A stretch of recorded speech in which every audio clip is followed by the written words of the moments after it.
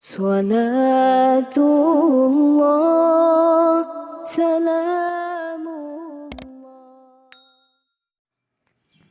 Assalamualaikum warahmatullahi wabarakatuh. Alhamdulillah wassalatu wassalamu ala Rasulillah wa ala alihi wa sahbihi wa mawalah wa la hawla wa la quwata illa billahi wa ba'du. Alhamdulillah, di pagi hari ini kita akan meneruskan kajian kita, masih membahas tentang a'lam minas salaf, ulama-ulama dunia yang sangat masyhur di zaman terdahulu, dan kita masuk pada kisah dari seorang alim min ulama'i Kufah, Waqi' Ibnul Jarrah rahimahullahu ta'ala. Imam Dhahabi rahimahullahu ta'ala mengatakan bahwa kana Waqi' asmaran dhakhman saminan. Waqi' ini kulitnya agak gelap, kemudian besar dan gemuk. Orangnya besar, gemuk, agak hitam. Suatu ketika Waqi' ini datang dari Kufah Syam menuju Mekah, dan badannya sudah gemuk, artinya tidak ada aib seorang ulama itu gemuk. Karena terkadang ada orang yang mencacati seorang alim itu karena dia gemuk gitu ya. Apa salahnya dengan gemuk? Masa ustadz gemuk gitu? Wah, ini pasti itu gitu. Gitu ya. Iya.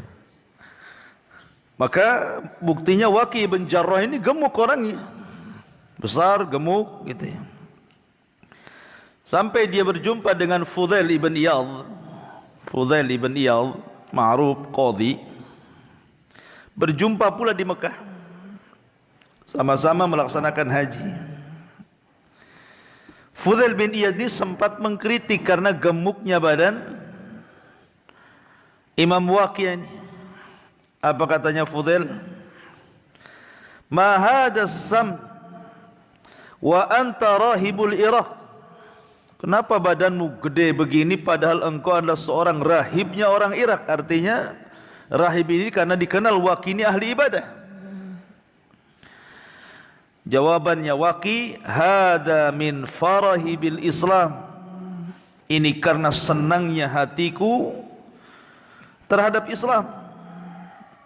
Makanya senang itulah yang menjadikan badanku gemuk. Maka Imam Dhahabi rahimahullahu ta'ala memberikan catatan bahwa salah satu seseorang menjadi besar badannya itu karena ketenangan hati, bukan karena banyak makan. Orang banyak makan, banyak pikiran, stres, kurus dia ya. Tapi orang senang hatinya, makannya sedikit, gemuk jadi badan tuh. Intinya bahwa gemuk itu bukan aib, bukan cacat. Buktinya Waqi' bin Jarrah seorang alim ulama besar di zaman itu, ya gemuk juga badannya. Bahkan Muawiyah bin Abi Sufyan lebih gemuk lagi. Saking gemuknya tidak bisa khutbah berdiri dia. Duduk, ya kan? Karena besar badannya. Ma'asyiral muslimin yang dimuliakan Allah Subhanahu wa taala. Taib, kita masuk siapa Waqi' Ibnul Jarrah ini. Waqi' namanya Waqi' Ibnul Jarrah Ibnu Malih Ar-Ru'asi. Kunyahnya Abu Sufyan Al-Kufi. Dia lahir pada tahun 129 Hijriah. Dan ayahnya ini seorang bendaharawan negara. di zaman Khalifah Harun Ar-Rasyid. Jadi ayahnya ini seorang ulama besar, ulama hadis, sama dengan Waqi' ibn al-Jarrah, anaknya ulama hadis. Ya kan? Lah, karena dia seorang alim ulama, muhaddisin, dekat dengan Harun ar-Rasyid.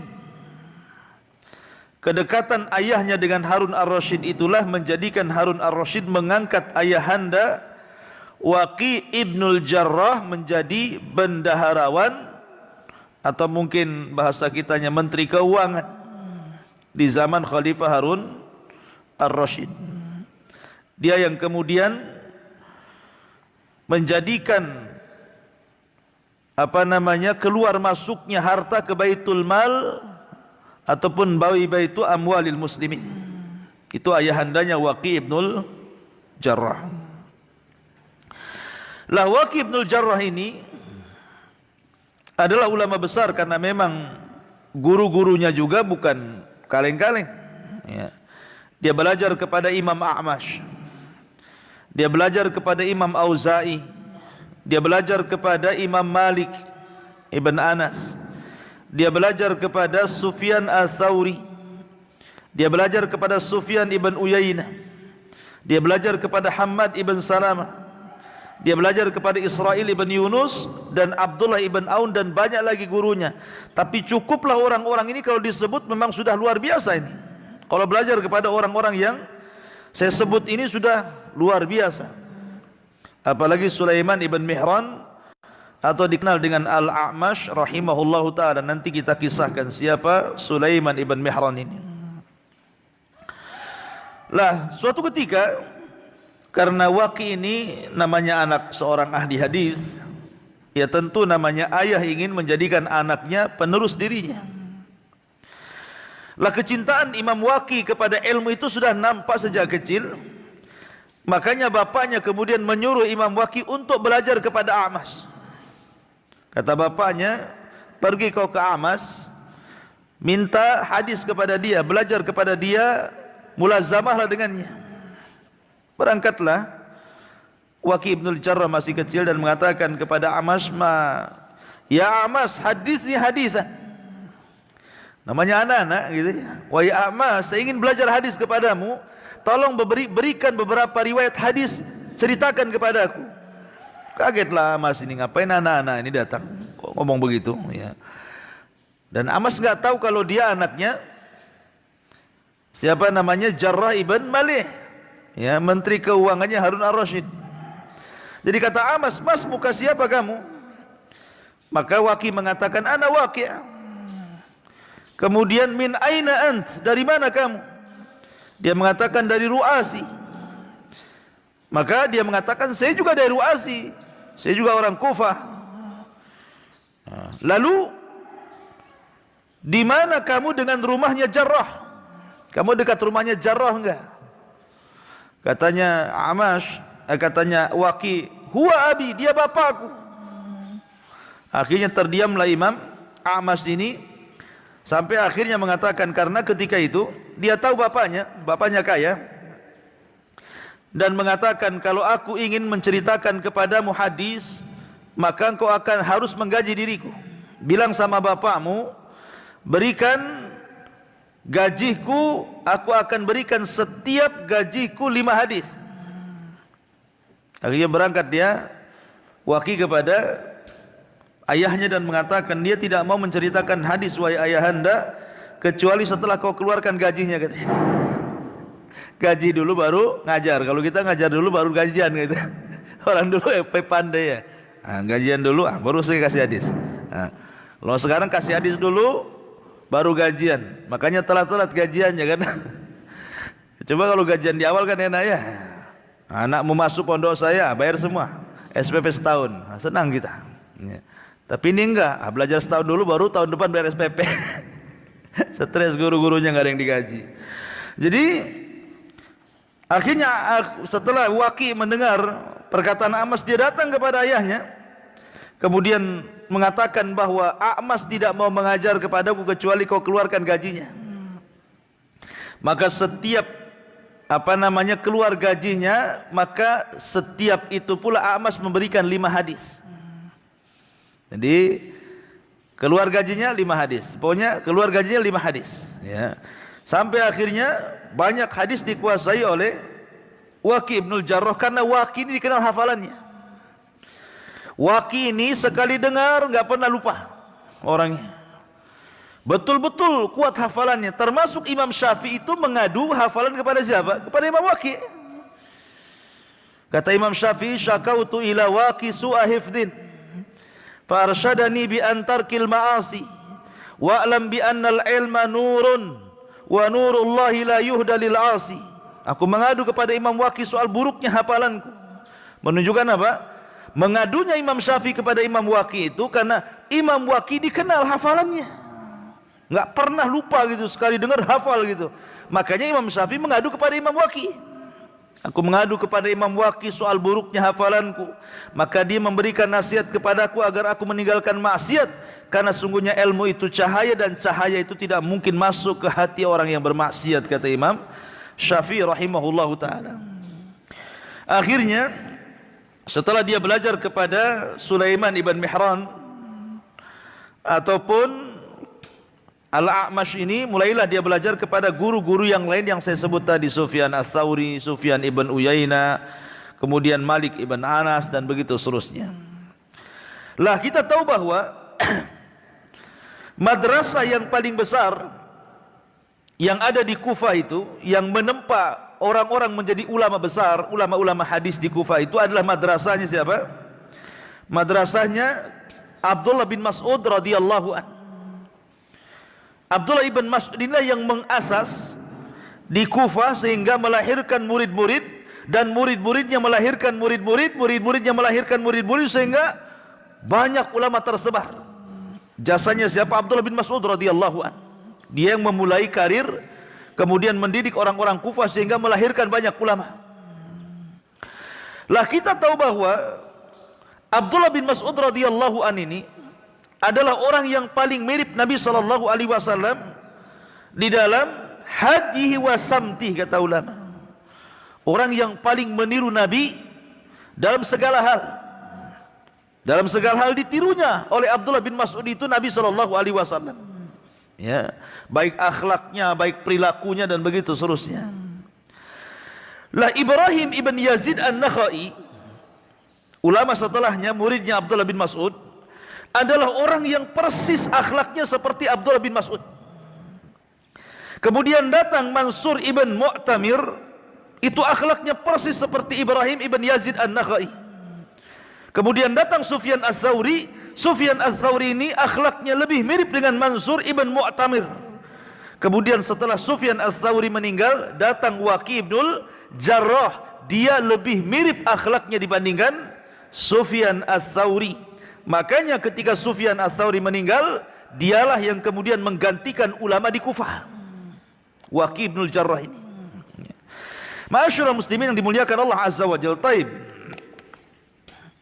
Waqi' ibnul Jarrah ini dikenal memang orang yang suka puasa, ya, tapi tidak kurus juga badannya. Dia bahkan dikatakan dia sumu dahra. Dia puasa setiap hari. Dia buka itu cuma Idul Fitri, Idul Adha, Yaumus Syak. Selebihnya puasa. Ya. Tapi ya enggak kurus-kurus gitu ya. Jadi kalau orang puasa diet, ya buktinya nih enggak kurus-kurus juga ya, Waqi' tetap aja gemuk gitu ya. Karena memang yang menjadikan gemuk itu hati senang. Kalau hati susah, banyak makan pun kurus. Lah, Imam Waqi' ini terkenal puasa yang cukup lama, dan dia selalu membaca Al-Quran sebelum tidur. Sebelum tidur dia baca Al-Quran, sulusul Quran, minimalnya sepertiga Quran dia baca setiap mau tidur. Jadi setiap sebelum tidur dia baca Quran, sepertiga Al-Quran sudah dibaca baru dia tidur. Nanti dia terbangun tengah malam, maka dia kemudian melanjutkan bacaan Al-Quran sehingga dalam seminggu itu berkali-kali khatam. Waqi' ibnul Jarrah ini, ya, dalam seminggu itu bisa 2-3 kali khatam Al-Quran. Dan begitulah para ulama ya, ihtimam mereka dengan Al-Quran luar biasa. Lah suatu ketika ikhwatu fillah muliakan Allah Azza wa Jalla, bahwa Imam Waqi' ibnul Jarrah ini Ingat, Imam Waqi ini orangnya serius. Dia tidak bisa bercanda. Jadi kalau dia membuka majelis ilmu seperti ini, seolah-olah murid-murid itu satu nafas. Kalau ada yang gerak saja satu, maka dia langsung keluar ambil sendalnya pulang. Kalau ada murid-muridnya, ada yang batuk, ada yang bergerak, penanya jatuh, kedengaran saja sama Waqi bin Al-Jarrah, maka dia langsung bangkit, ambil sandal, pulang. Gak ngaji kita. Coba bayangkan. Oh, di zaman sekarang ya, diterapkan Waqi bin Al-Jarrah ini gak ada kajian tuh sampai kiamat. Orang ngaji bawa anak kan. Ributnya bukan main, gak karu-karuan. Gak ribut bapaknya, ribut anaknya. Gak ribut anaknya, ribut istrinya kan itu. Tak apa-apa, gak ribut orangnya, handphonenya ribut. Jadi orang sekarang gak seperti orang dulu. Memang orang dulu serius, seolah-olah satu kajian itu satu nafas gitu. Kalau ada yang dengar gerak sedikit saja, makanya orang dulu itu serius. Ambil pena, ambil buku gini, catatnya. Gak peduli orang sekitarnya. Gitu ya. Makanya banyak yang berhasil muridnya Waqi bin Al-Jarrah itu menjadi ulama besar, karena majlisnya seperti itu ketatnya. Ya. Lah, Waqi bin Al-Jarrah ini dia memiliki keistimewaan di hadapan Harun Ar-Rasyid, karena memang ayahandanya sendiri dihormati Harun Ar-Rasyid. Diminta berkali-kali untuk jadi qadhi, tapi dia tak mau. Berkali-kali diminta, sudahlah kau jadi qadhi saja di Kufah. Dia tidak mau. Hanya alasannya bahwa penglihatanku kabur, tidak bisa saya jadi qadhi. Sampai berkali-kali dia meminta kepada Harun Ar-Rasyid untuk tidak dijadikan qadhi. Akhirnya Harun Ar-Rasyid paham, memang dia enggak mau. Jadi begitu para ulama ya. Mereka kalau dijadikan hakim itu enggak mau. Kalau zaman sekarang kan rebutan tuh jadi hakim. Apalagi hakim agung ya. Ma'asyiral muslimin yang dimuliakan Allah Azza wa Jalla. Lah suatu ketika masa-masa belajar Imam Waqi ini, dia sedang catat hadis. Habis pula penanya. Kemudian di sampingnya ada pena nganggur punya kawannya, main ambil saja, kemudian dicoret-coret dia. Ya. Selesai kajian dibalikin lagi tanpa izin. Ya. Tanpa izin, karena memang orang nggak sadar gitulah. Orang lagi belajar serius gitu kan, tahu-tahu habis penanya, jadi nggak sadar main ambil aja yang pena di sekitar, kemudian terus sampai selesai kajian. Baru setelah dia pulang ke rumah sadar, oh iya juga. Tadi pena orang saya pakai katanya, saking nggak sadar gitu. Ya. Gosop bahasa kitanya ya. Akhirnya kemudian dia pulang, dia minta kepada ayahnya uang beberapa dinar, didatangi orang yang punya pena dicari, habis itu diganti dengan beberapa dinar yang kalau dia beli 100 pena bisa. Karena dia sudah memakai pena tanpa izin seperti itu. Kemudian juga kita tahu bahwa mazhabnya Waqi bin Al-Jarrah ini lebih banyak terpengaruh dengan mazhab Hanafiyah. Mazhab Hanafi, karena maklum di Syam ya. Sehingga selalu bermasalah, berselisih dengan Sufyan ibn Uyainah yang ada di Mekah. Karena kita tahu bahwa lebih dekat kepada mazhab ahli hadis gitu dengan Malikiyah sana kan. Sementara Syam ini kan Hanafiyah. Jadi ada cekcok antara Waqi bin Al-Jarrah dengan Sufyan ibn Uyainah dan ulama Mekah khususnya. Karena kita tahu mazhab Hanafi beda cara pandangnya di zaman itu. Jadi sebab inilah akhirnya Waqi bin Al-Jarrah ini mendapatkan mihnah, ujian besar, hampir dibunuh. Jadi suatu ketika dia haji, ketika haji itu berkumpullah orang-orang Mekah. Kesalahannya satu, Waqi bin Al-Jarrah ini, dia meriwayatkan hadis Nabi SAW yang hadisnya itu adalah palsu. Ya, dhaif mungkin ya, hadisnya dhaif. Artinya tidak sampai kepada dia tentang ilmu hadis itu. Dia sangka hadis itu sahih. Tapi menurut orang-orang Mekah itu hadis itu lemah. Bahkan hadis itu membahayakan, cenderung menghina Quraisy. Jadi ketika dia membacakan hadis itu, marah orang-orang Quraisy itu. Akhirnya kemudian mereka meminta kepada Utsmani yang menjadi gubernur Mekah kala itu agar menangkap Waqi bin Al-Jarrah dan membunuhnya, karena dia sudah jadi zindik katanya. Betul-betul ditangkap Imam Waqi ini. Sudah ditangkap, dimasukkan ke penjara. Kemudian setelah digodok pasal-pasal tertentu yang cocok untuk diterapkan kepada Imam Waqi, keluarlah putusan bahwa Imam Waqi harus dibunuh. Maka disiapkan satu tiang gantungan, mau disalib, gitu ya.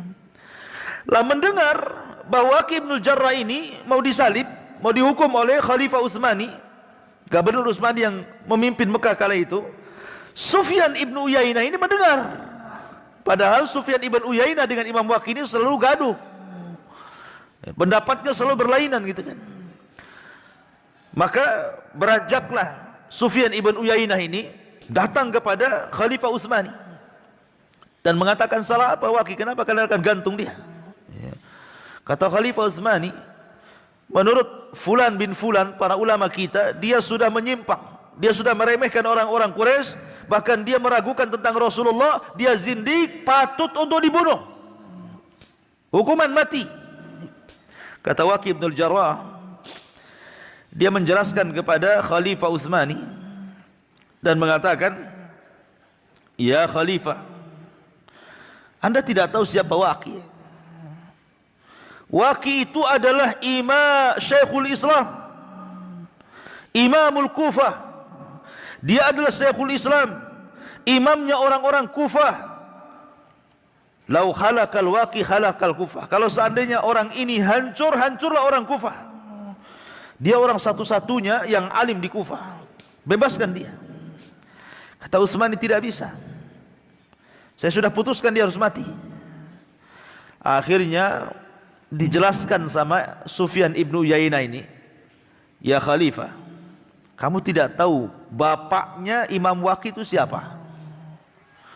Dia adalah Menteri Keuangan, orang dekatnya Harun ar-Rasyid. Kalau kau bunuh anaknya, siap-siap aja kau berhadapan dengan bapaknya. Ditakut-takuti dengan bapaknya, ya. Kamu ini masih di bawah kekuasaan Harun ar-Rasyid, jangan macam-macam. Bapaknya Menteri Keuangan loh, ya.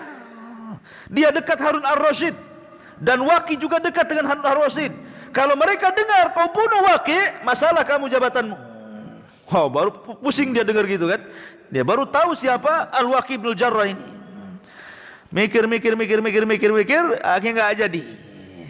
Takut kekuasaannya digoyang. Kemudian dilepas. Ya. Ketika dilepas itulah para ulama yang tidak cocok dengan dia marah kepada Khalifah Utsmani. Kenapa kau lepaskan si zindik itu, macam-macam ceritanya.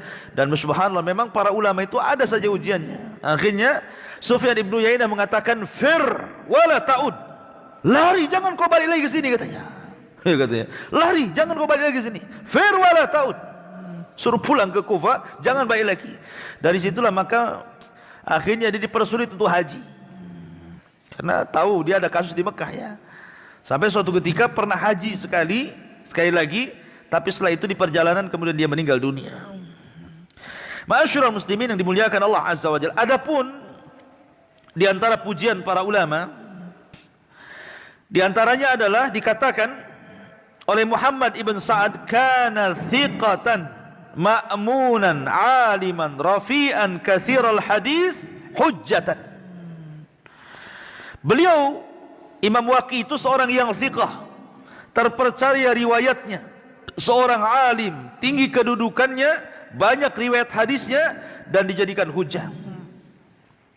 Kemudian juga dikatakan oleh Imam Qa'nabi. Semalam kita sudah tahu siapa Imam Qa'nabi, muridnya Imam Malik. Dan riwayat Muwatta yang paling sahih adalah dari Qa'nabi, dari Malik.